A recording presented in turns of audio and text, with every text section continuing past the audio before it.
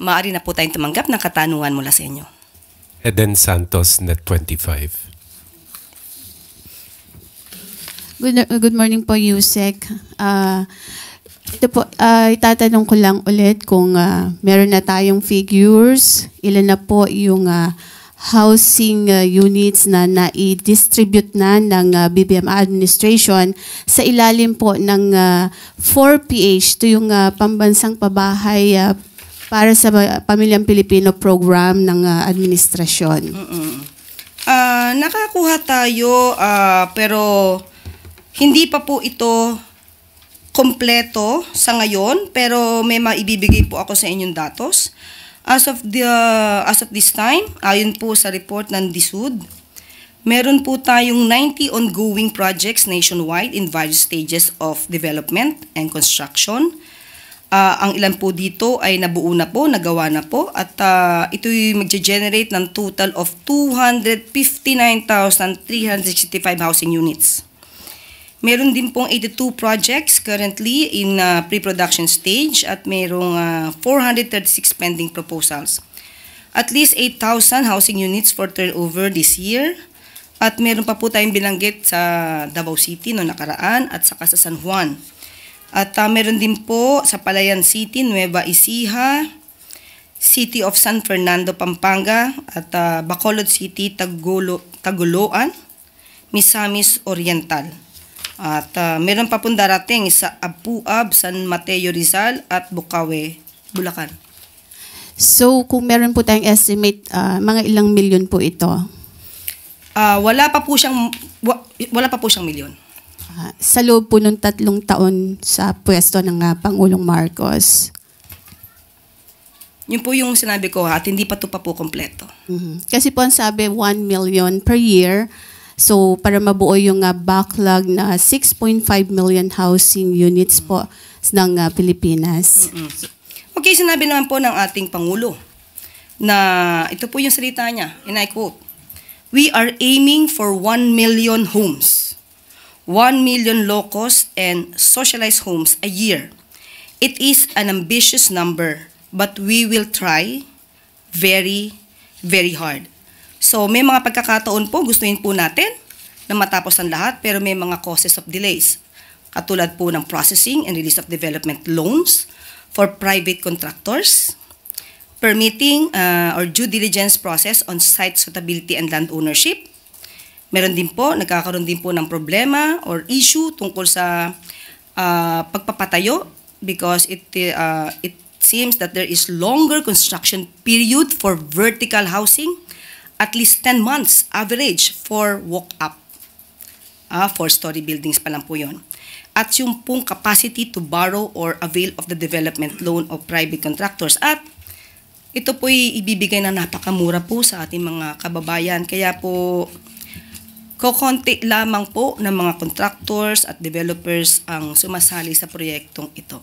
So ito po ay mga issues na hindi po ninanais ng administrasyon. But katulad ng sinabi ni PBBM ng ating Pangulo, we aim 1 million houses a year and we will try very, very hard. Ano po yung mga reason bakit may mga contractors po na umaatras sa proyekto? Kasasabi ko lamang po, maliit po kasi ang presyo na ibibigay natin sa taong bayan para i-avail ito. Kaya po yung ibang contractors po ay hindi po sumasang-ayon na makisali or sumama sa ganitong klaseng proyekto. Konti lamang po na developer. Yusek, hindi po ba kasama sa GAA or national budget ng gobyerno po yung sa pagpapatayo po ng mga pabahay project ng administrasyon? Mali po yan. Hindi po kasama sa GAA ang proyektong ito. Ito po ay popondahan po ng Pag-ibig. Thank you po. Pia Gutierrez, ABS-CBN. Yusek, this morning, yung mga progressive groups daw po will be filing an appeal sa Malacanang para ihinto yung April 2 implementation ng 5 peso fare hikes, LRT, dahil pabigat daw po ito sa mga commuters. Ano po yung stand ng Malacanang on the fare hike? And can we also get an assurance from the president na the president is looking into the concerns of the commuters po. Yes, opo. Gustuin po natin man, no? Gustuin po ng administrasyon na ito po ay hindi muna maituloy. Pero yan po kasi ang nakasaad sa kontrata. Kundi po ako nagkakamali, nabanggit po ito na matagal na po dapat nagtaas ng presyo pero hino-hold po ito para po sa ating mga commuters. Pero tignan din po natin ang sitwasyon kapag kasama po kasi ito sa kontrata at hindi po itinupad or natupad ng gobyerno, mas magkakaroon po ng malaking problema ang ating mga commuters. Tuesday New, DZBB. Good morning po, Yusek. Yusek, ditong weekend, mayroon pong mga Filipinos na nakulong sa Qatar dahil daw po dun sa ginawang kilos protesta in support kay dating Pangulong Rodrigo Duterte. Ano po ang tulong na maipagkakaloob ng gobyerno, kung meron man, anong plano para sila po ay matulungan na ma-resolve itong kanilang kinakaharap na kaso doon ngayon? Nung araw po na ito ay napabalita, agad-agaran po ang embahada natin po ay tumulong po agad. Nagpadala po ng labor attaché, isa din pong lawyer para po malaman at mapaglaban ang kanilang mga karapatan.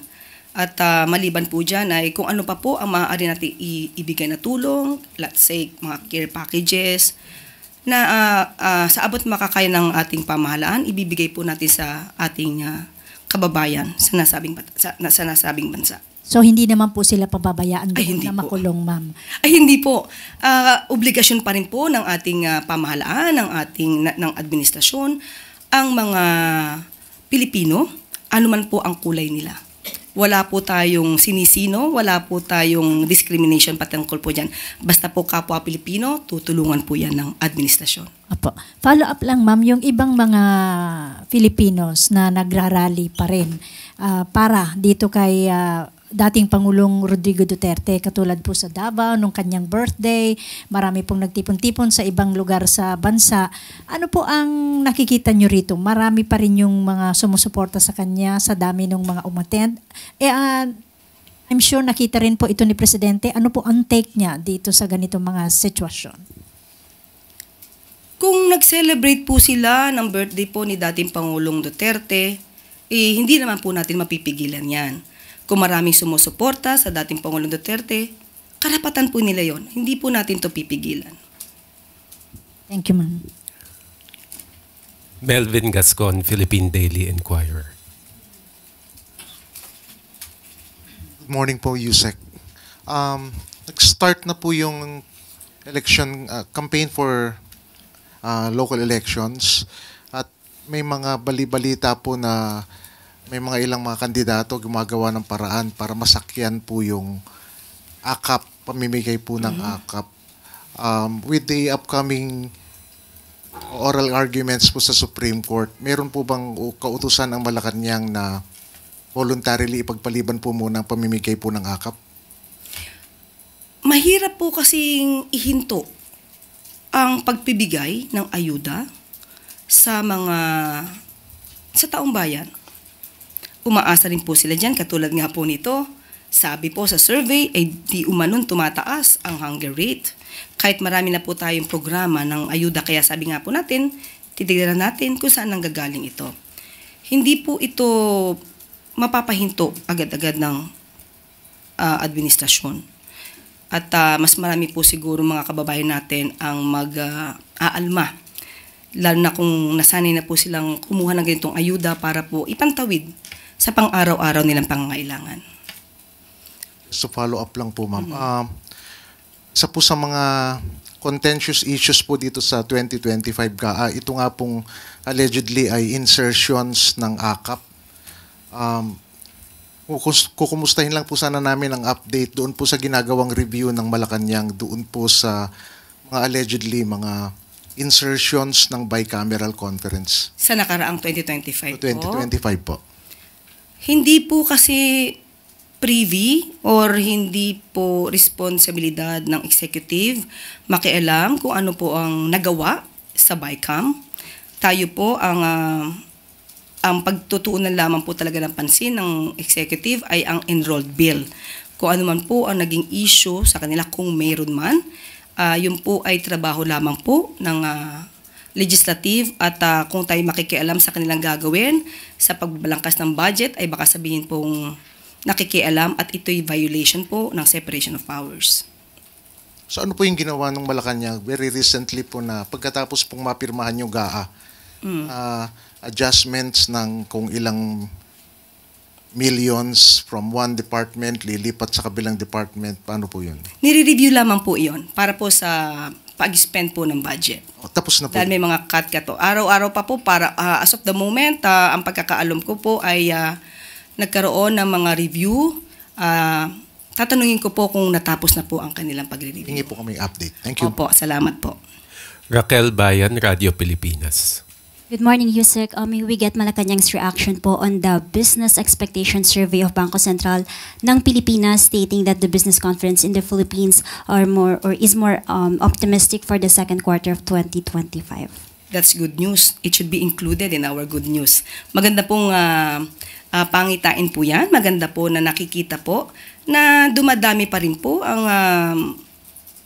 may tiwala sa ating pamahalaan, sa ating administrasyon para ang mga investors po ay maglaan ng kanilang mga investment sa ating bansa. Maganda pong balita yan. And Yusek, what are the government's action po to maintain or to even surpass this optimism for the remaining months of the year? We will try our best. The administration will try its best to maintain that status or to be better than that so that we can encourage more investors to invest in our country. Crisel Insigne, IBC 13.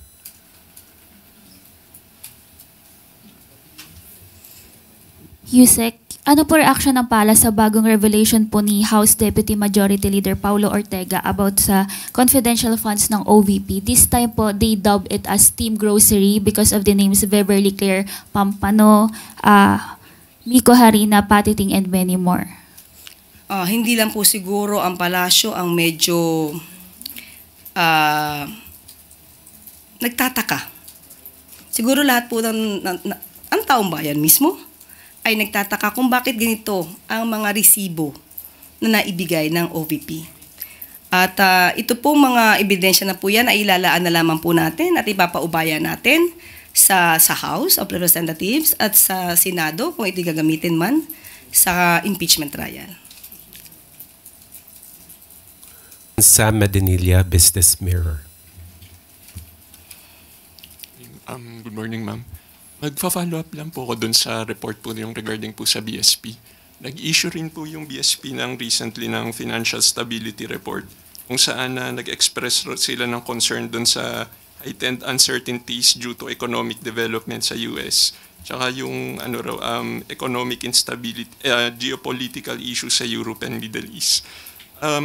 Meron na pag-usapan na po kaya sa cabinet yung possible impact ng mga geopolitical developments during po doon sa last NEDA briefing. At saka may binigay po kayang instruction si President Marcos kung paano i-mitigate yung impact ng mga ganong issues. Actually po nagkaroon po ng meeting with the BSP. Pinag-usapan na rin po yan. At maaari pong maapektuhan ang inflation rate if ever patungkol po dyan sa nangyayari po sa US. So, tignan na naman po natin at gagawa naman po ng paraan. At sa pagpupulong na po yun ay dapat ang ating nadinig sa pagpupulong ay dapat maibsan agad. Yun ang po ang nadinig ko na sinabi po ng Pangulo na maibsan po agad kung ano po ang magiging impact nito sa darating na taon. Tapos last question na lang po sa akin. Yung na-mention rin po kanina yung tungkol doon sa issue sa Myanmar na patuloy pa rin yung mga OFW Filipinos na nabibiktima doon sa scam hubs. May plan po kaya yung government to restrict yung deployment ng Filipinos, not necessarily OFWs sa Myanmar and its surrounding countries? Maganda pong suggestion yan at siguro dapat din po natin tignan po yan.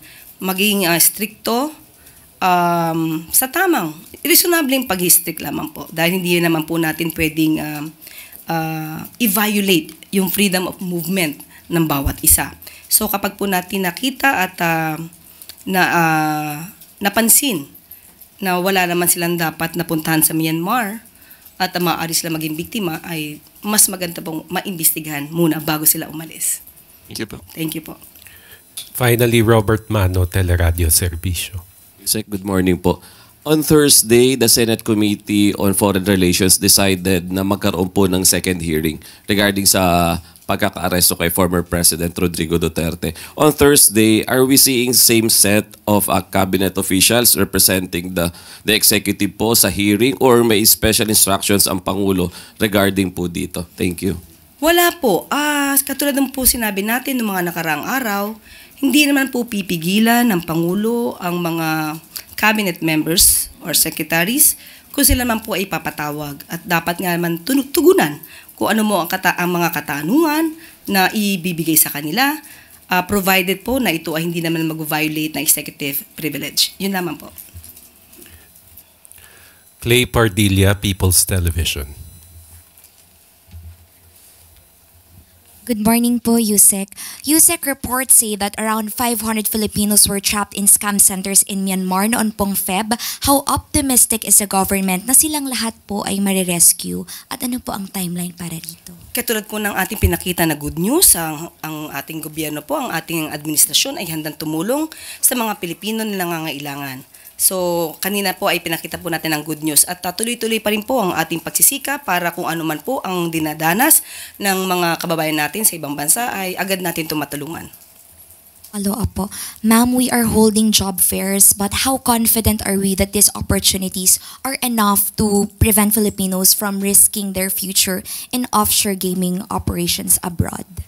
Yes, we are into projects giving more jobs to the Filipinos. So with this, I hope that they can rely on that. They can have these jobs that will match their capacities and skills. And we pray that they will not again go work abroad so that they can also attend to their families. Raquel Bayan, Radio Pilipinas. Sec, follow-up lang po dun sa 176 na OFW moving forward. Ano po kaya yung gagawin ng pamahalaan para sa paliparan pa lang po hindi na sila makalabas ng bansa kasi mas mahirap po silang i-rescue kapag wala na po sila sa Pilipinas? Yes, unang-una po, nakikiusap po tayo sa mga Pilipino na nagnanais magtrabaho sa ibang bansa. Dumaan lang po sana sa tamang proseso. Huwag po silang, kumbaga, makikipag-transact nang hindi alam po ng gobyerno. Kaya nga po tayo may POEA para po sila po ay mabigyan ng seguridad na ang kanilang pupuntahan ay sila ay safe. So, maliban po sa gagawin po ng gobyerno, makikipagtulungan po sana ang ating mga kababayan.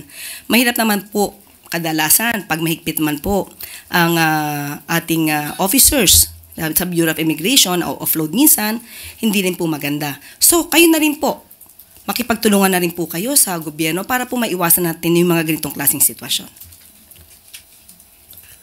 Alvin Baltasar, Radio Pilipinas.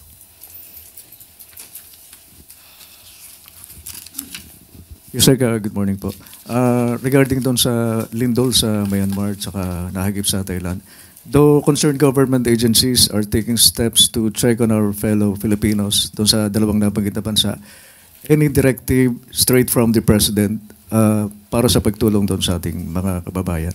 Opo, nagkaroon po ng interagency meeting at sa pangunguna rin po ni Secretary Gilberto Teodoro Jr. ay sinabi po na imomobilize na po ang mga resources para po agad tayo makatulong sa ating mga karatig bansa.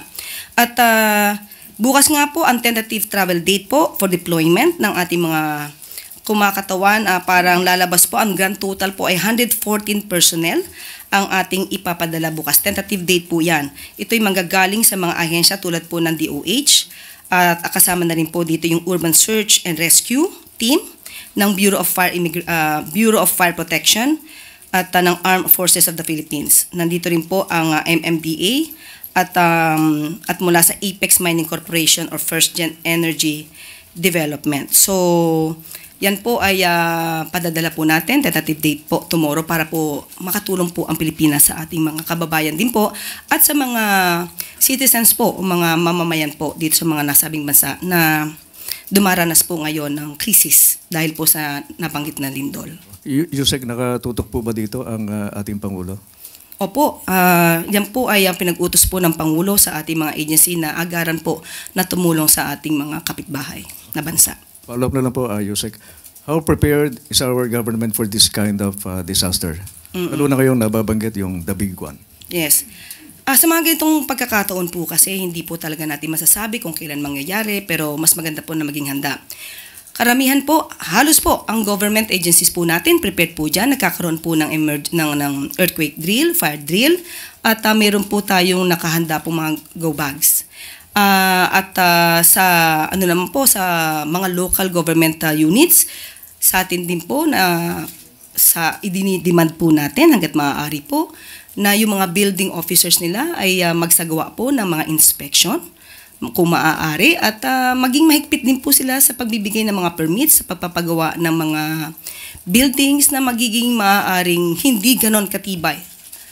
Yan po, at sabi nga po natin, maliban po sa gobyerno, tayong mga Pilipino, taong bayan, magtulong-tulungan din po dito sa information dissemination patungkol po sa paghahanda pag ganito po ang nangyari. Salamat po, Yusek. Left Narciso DZRH. Good morning, Yusek. Dumami daw po ang mga Pilipinong nakaranas ng gutom batay sa SWS survey. Ano po ang masasabi ng Malacanang dito at paano ito planong tugunan ng pamahalaan? Actually, aralin po yan dahil po sa bagong report po ng DSWD, marami na po kasing programa na talaga pong pantawid gutom. Unahin ko po ang programa ng DSWD na nagsisilbi po sa 300,000 poor food households na may equivalent po na 1.5 million individuals across the country po ito. Sila po ay binibigyan ng 3,000 na pesos na halaga na pera, 3,000 pesos monthly as food aid. Pangalawa po programa ng DSWD ay Walang Gutom Kitchen. Ito po ay located sa Pasay City, kung saan nagsisilbi po ng mga hot free meals sa mga pamilya, sa mga bata, lalo-lalo na yung mga nasa lansangan. Maliban pa po dyan ay meron pa rin po tayong, meron po ang DSWD na programa. Ito po yung Walang Gutom Project Cusinero Cook-Off Challenge para po ma-improve yung public nutrition. At meron din po ang Walang Gutom Project that provides eligible families with electronic benefit transfer po. Ito po 3,000 peso monthly food credits. So aaralin po natin kung saan nanggagaling itong mga sinasabi na nagugutom pa ang ibang mga kababayan natin. At para malaman natin kung saan lugar ito at kung meron man pagkukulang, ay maibsan po natin ang ganitong klaseng mga sitwasyon po. Welcome sa ating press briefing ngayong araw. Simulan natin sa magandang balita na dala ng administrasyon ni Pangulong Ferdinand R. Marcos Jr. sa Bagong Pilipinas. Pinangunahan ng Department of Foreign Affairs ang pagpapauwi sa 178 na Filipinong na biktima ng human trafficking sa Myanmar. Kasama ang Department of Migrant Workers at iba pang ahensya at embahada ng Pilipinas. Tiniyak din ang seguridad ng mga biktima at agarang tulong para sa kanila. Paalala ng DFA, iwasan ang iligal na pag-alis ng bansa at dumaan lamang sa tamang deployment ng Department of Migrant Workers. Panoorin po natin ito.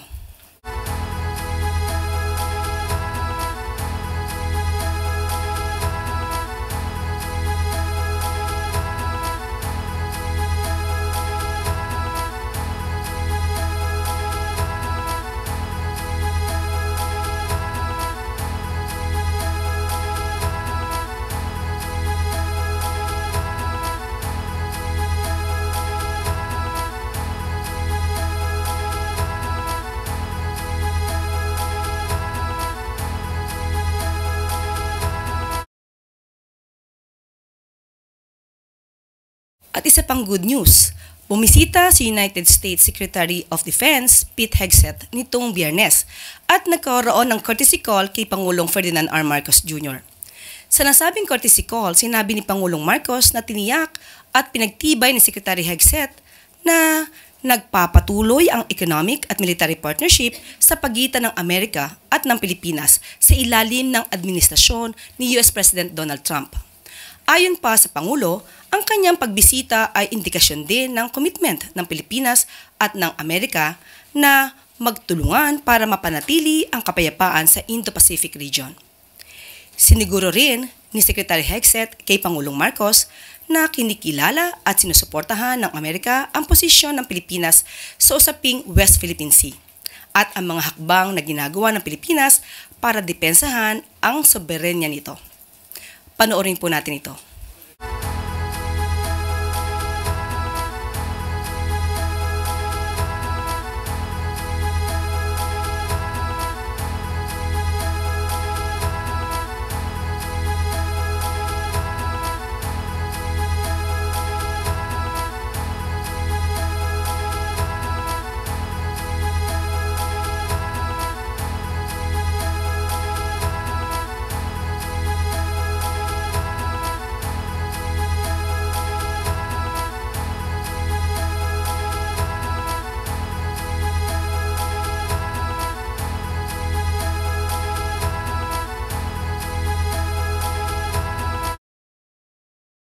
At ito po ang mga good news natin sa araw na ito. Thank you, Yusek Claire. At dito po nagtatapos ang ating briefing. Maraming salamat Malacanang Press Corps at magandang tanghali para sa Bagong Pilipinas.